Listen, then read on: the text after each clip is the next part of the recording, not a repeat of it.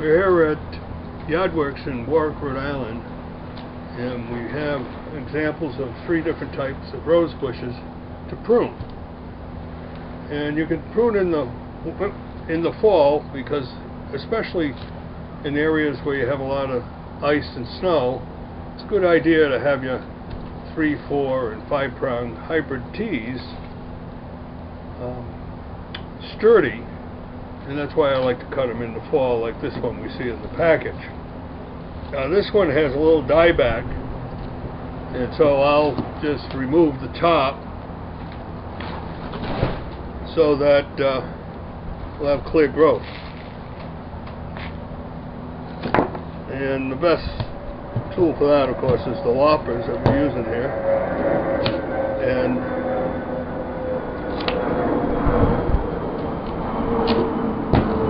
if you don't sterilize your pruning shears, this happens quite often, and you get that, what we call the dieback. This has got a broken branch, so I'm just going to take that off. So this is what your hybrid tea rose should look like every year, whether you prune in the spring or you prune in the fall. Make some nice clean cuts and use a large enough pruning shear or lopper to get those clean cuts that we can see here. Now we have a knockout here. People love knockouts, and I understand why. They keep blooming, they bloom on new wood. You don't have to prune them back much at all, if any. You can actually shape them like you would an evergreen. Now I'm just going to grab a couple of dead branches here, and except for that, I see one inside.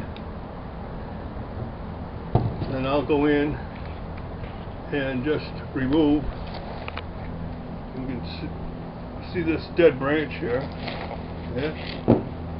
We'll just remove that. With there we go.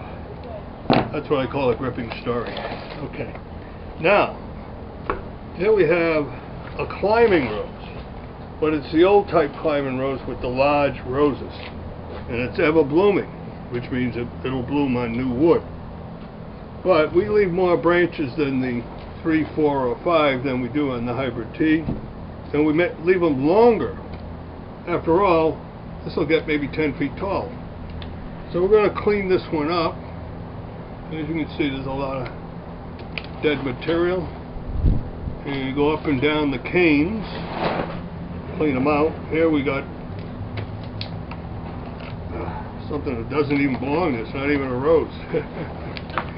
So here we go. We're going to just cut back to what I call green wood. There we go. Now, here we have a decision to make. You know, it isn't cut and dry. There we go. So you just want good, sort of like trails of branches that allow you to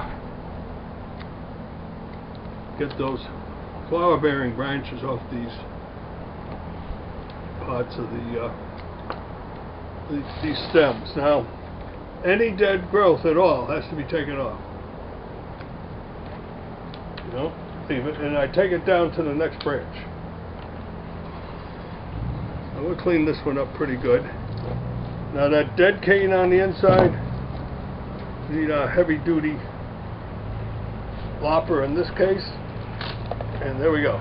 So we take that off, and we take off some more dead wood with the lopper.